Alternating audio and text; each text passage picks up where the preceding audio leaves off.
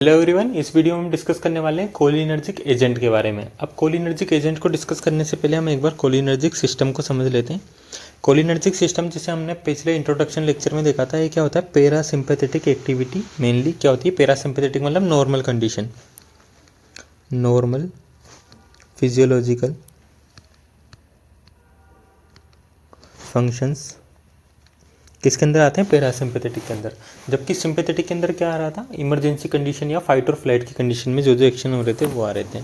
अब cholinergic system का main neurotransmitter क्या था? Acetyl choline. क्या था? Acetyl choline, ACH। ACH मतलब एसिटाइल कोलिन था।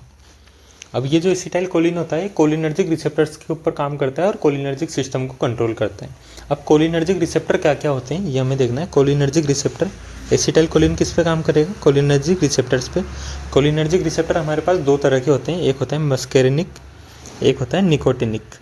मस्केरिनिक रिसेप्टर जो होते हैं वो 5 टाइप के M1, M2, M3, M4 और M5। M1 कहाँ प्रेजेंट होते हैं? गट में और CNS में। कहाँ होते हैं? गट में और CNS में। M2 कहाँ होते हैं? मेनली हार्ट में होते हैं। M3 कहाँ पे होते हैं? स्मूथ मसल्स में और एक्सोक्राइन ग्लैंड्स में। स्मूथ मसल्स में और एक्सोक्राइन ग्लैंड्स में होते हैं। इसके बाद M4 और M5 मेनली कहाँ होते हैं? CNS में। कहाँ होते हैं? M4 और M5 मेनली कहाँ प्रेजेंट होते हैं? CNS में प्रेजेंट होते हैं। ठीक है।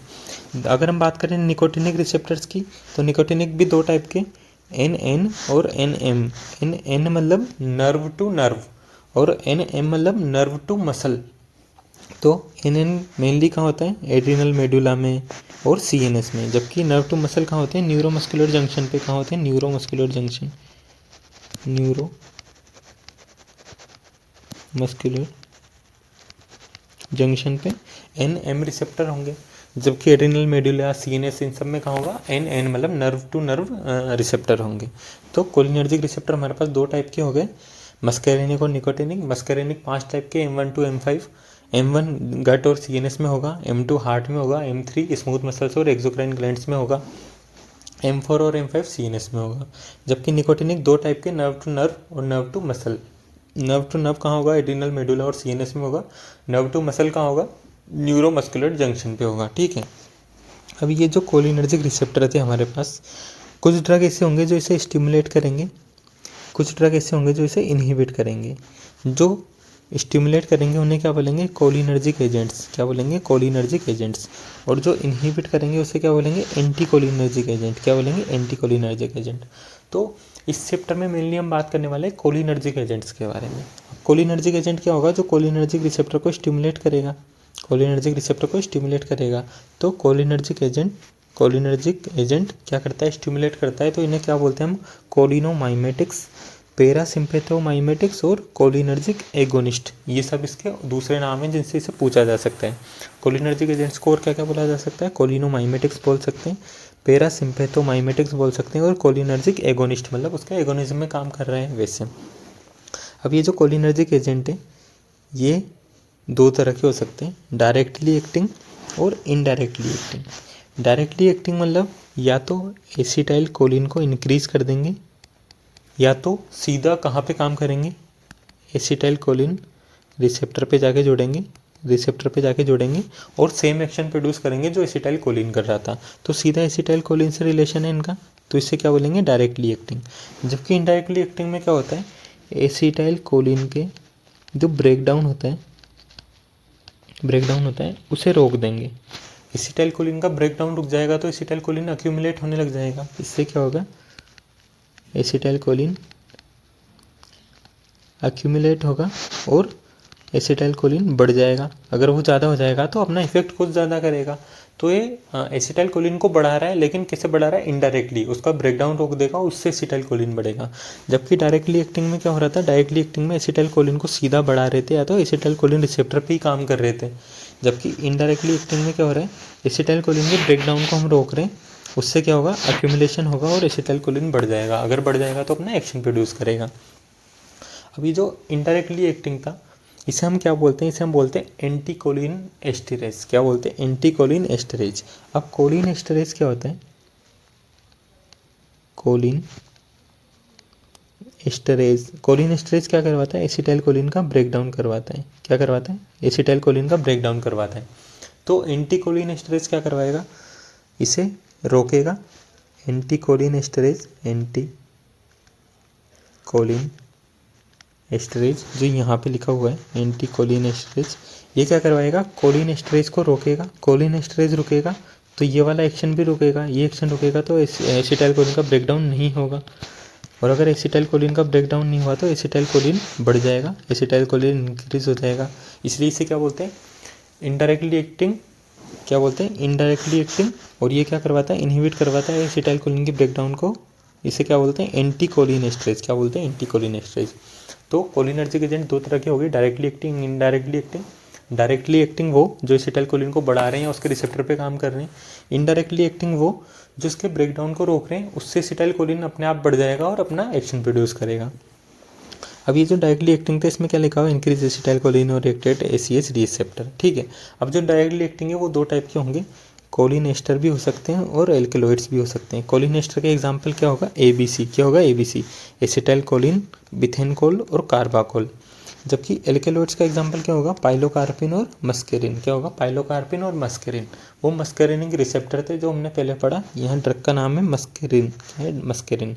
तो कोलिन एस्टर और एल्केलॉइड, कोलिन एस्टर में ABC, एसिटाइल कोलिन, बिथेनकोल और कार्बाकोल, और जो एल्केलॉइड था उसमें पाइलोकार्पिन और मस्केरिन। ठीक है, अगर हम बात करें इनडायरेक्टली एक्टिंग, तो इनडायरेक्टली एक्टिंग के भी दो पार्ट हैं हमारे पास। इनडायरेक्टली एक्टिंग के भी दो पार्ट हैं, कौन कौन से, रिवर्सिबल और इरिवर्सिबल। रिवर्सिबल के एग्जांपल फाइजोस्टिगमिन, नियोस्टिगमिन, रिवास्टिगमिन, एड्रोफोनियम, डोनेपेजाइल और टेक्रेन। क्या होगा, फाइजोस्टिगमिन, नियोस्टिगमिन, रिवास्टिगमिन, एड्रोफोनियम, डोनेपेजाइल और टेक्रेन। जबकि इरिवर्सिबल के एग्जांपल हैं पेराथायोन, मेलाथायोन, नर्व बेसिस, प्रोपोक्सर और कार्बाराइल। ठीक है, इसमें रिवर्सिबल हमारे काम के क्यों, क्योंकि जब तक वो काम करेगा तब तक एसिटाइल कोलिन बढ़ेगा और अपना एक्शन प्रोड्यूस करेगा। लेकिन जब हम उसे हटा लेंगे तो क्योंकि ये रिवर्सिबल था तो वापस अपनी नॉर्मल स्टेट में आ जाएगा।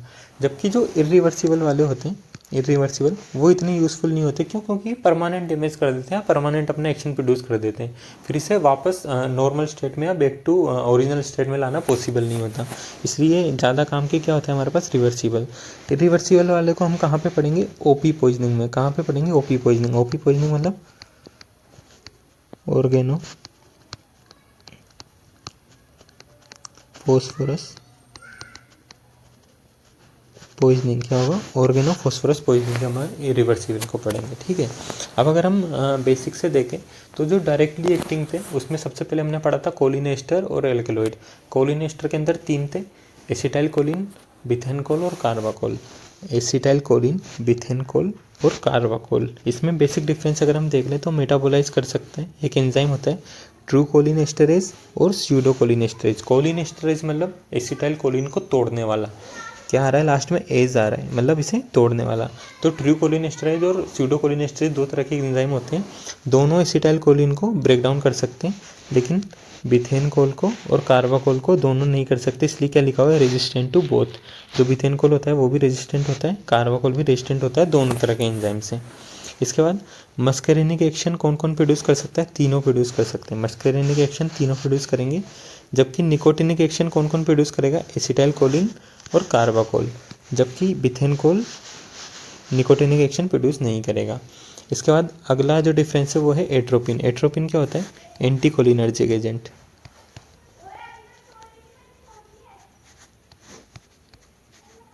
इसका मतलब कोलिनर्जिक सिस्टम के अगेंस्ट में काम करने वाला एजेंट क्या होगा, एंटी कोलिनर्जिक एजेंट। उसका एग्जांपल क्या है, एट्रोपिन।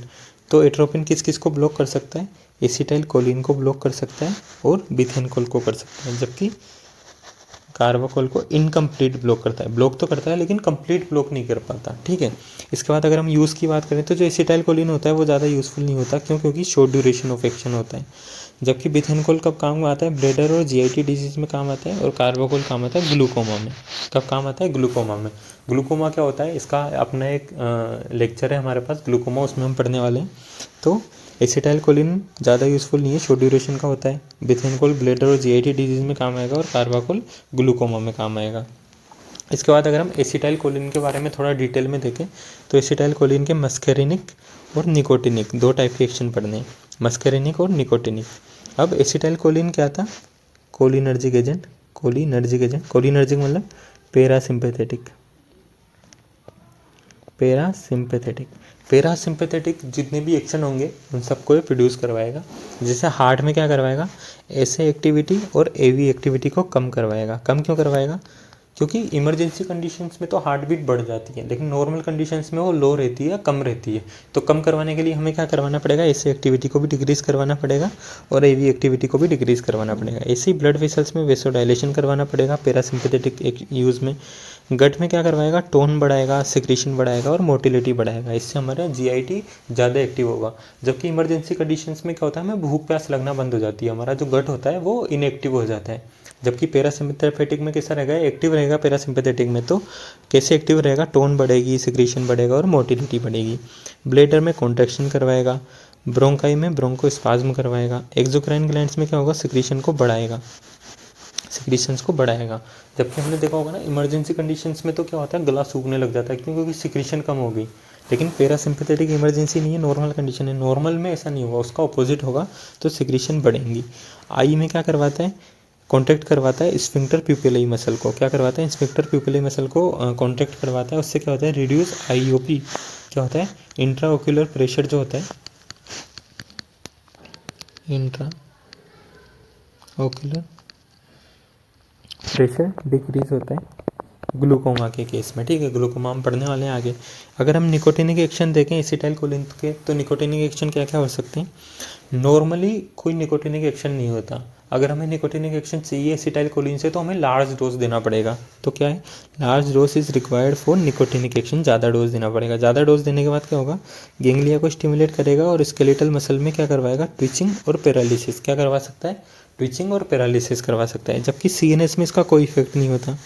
सीएनएस में इफेक्ट क्यों नहीं होता? क्योंकि ये ब्लड ब्रेन बैरियर को क्रॉस नहीं कर पाता। क्या नहीं कर पाता? ब्लड ब्रेन बैरियर को क्रॉस नहीं कर पाता, इसलिए सीएनएस में इसका कोई इफेक्ट नहीं होता। ये हो गया हमारे पास एसिटाइल कोलिन की बेसिक डिटेल्स, इसके मस्करेनिक एक्शन और इसके निकोटिनिक एक्शन। ये हो गया हमारे कोलिन एस्टर्स। डायरेक्टली एक्टिंग के अंदर कोलिन एस्टर और एल्केलॉइड दो तरह के थे। अब अगर हम बात करें एल्केलॉइड्स की, तो एल्केलॉइड्स में दो थे हमारे पास, पाइलोकार्पिन और मस्करिन। पाइलोकार्पिन कहाँ काम आता है? ओपन एंगल ग्लूकोमा में काम आता है। सिलियरी मसल का टोन बढ़ाता है, ये सब हम ग्लूकोमा में पढ़ेंगे। स्फिंक्टर प्यूपिलाई का कॉन्ट्रैक्शन करवाता है। मियोसिस ऑफ आई करवाता है। मियोसिस ऑफ आई करवाएगा क्यों? क्योंकि नॉर्मल कंडीशंस में आँख की पुतली नॉर्मल छोटी रहती है, तो मियोसिस करवाता है। इंट्राओक्यूलर प्रेशर कम करवाएगा, अभी हमने देखा था। इसका रैपिड ऑनसेट होता है और शॉर्ट ड्यूरेशन होता है। ये पाइलोकार्पिन के बारे में। एडवर्स इफेक्ट क्या क्या हो सकते हैं? Salivation, sweating, bradycardia, diarrhoea, bronchospasm. मतलब जो भी नॉर्मल कंडीशन में जो भी चीज़ थी उससे अगर हम ज़्यादा लिमिट से ज़्यादा नॉर्मल कर दें या रिड्यूस कर दें तो वो क्या हो जाएंगे? इसके एडवर्स इफेक्ट हो जाएंगे। जैसे सलाइवेशन, अगर सिक्रीशन ज़्यादा हो गई तो सलाइवेशन, स्वेटिंग होगी। अगर दिल की धड़कन ज़्यादा ही कम हो गई तो ब्रेडिकार्डिया हो जाएगा। डायरिया हो सकता है अगर मोटिलिटी बहुत ज़्यादा बढ़ गई तो। ब्रोंकोस्पाज्म हो सकता है। दूसरा एल्केलॉइड कौन सा था हमारे पास? मस्करिन। मस्करिन क्या होता है?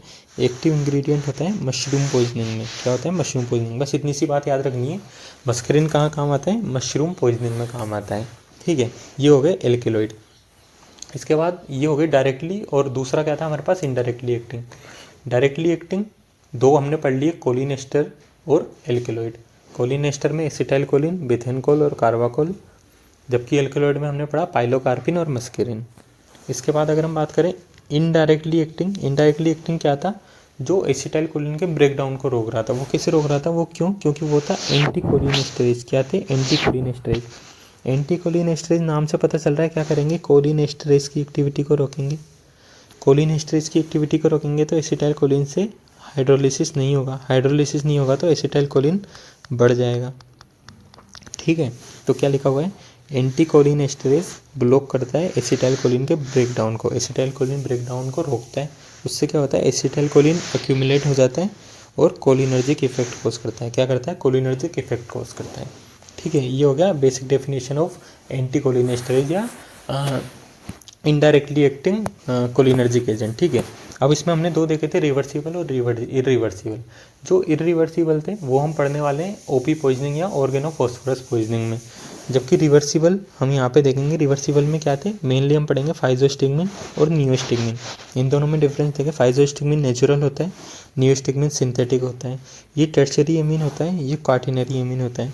फाइजोस्टिग्मिन का अच्छा पेनिट्रेशन होता है, इसलिए इसे टॉपिकली भी यूज़ कर सकते हैं, जबकि इसका पुअर पेनिट्रेशन होता है। अब टॉपिकली क्या होता है, ये रूट ऑफ ड्रग एडमिनिस्ट्रेशन के लेक्चर में हमने देखा था, जनरल फार्माकोलॉजी के पहले लेक्चर में। ठीक है, फाइजोस्टिग्मिन ब्लड ब्रेन बैरियर को क्रॉस कर सकते हैं, जबकि नियोस्टिग्मिन ब्लड ब्रेन बैरियर को क्रॉस नहीं कर सकता।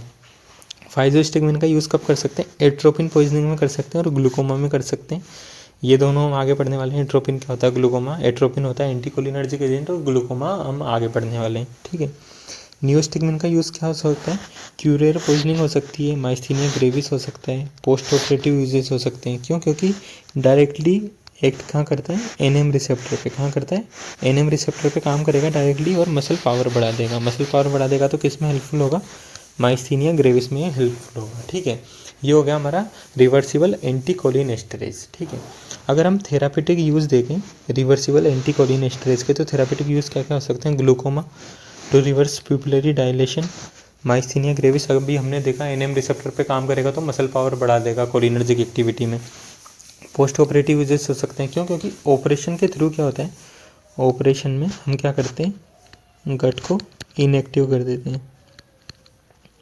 अब ऑपरेशन के बाद गट को वापस एक्टिव करना है। वापस एक्टिव करने के लिए हमें क्या करना होता है, कोई भी कोलिनर्जिक एजेंट देना होता है। अब कोलिनर्जिक एजेंट क्या करेगा, हमने पढ़ा था गट का टोन, सिक्रीशन और मोटिलिटी बढ़ा देगा। तो पोस्ट ऑपरेटिव यूज़ में हम क्या करते हैं, रिवर्सिबल एंटीकोलिनेस्टरेज को यूज़ करते हैं। रिवर्सिबल एंटीकोलिन, तो जब तक अगर मोटिलिटी वापस आ जाती है गट की तो हम इसे यूज़ करना बंद कर देते हैं। ठीक है, इसके बाद बेलाडोना पॉइजनिंग या फिर क्या बोलते हैं, एट्रोपिन पॉइजनिंग, एट्रोपिन पॉइजनिंग और अल्जाइमर डिजीज़, इन सब में हम यूज़ करते हैं रिवर्सिबल एंटीकोलिनेस्टरेज। ये हो गया हमारा कोलिनर्जिक एजेंट। ठीक है, इसके बाद हम बात करेंगे ग्लूकोमा, ओपी पॉइजनिंग और फिर हम पढ़ेंगे एंटीकोलिनर्जिक एजेंट।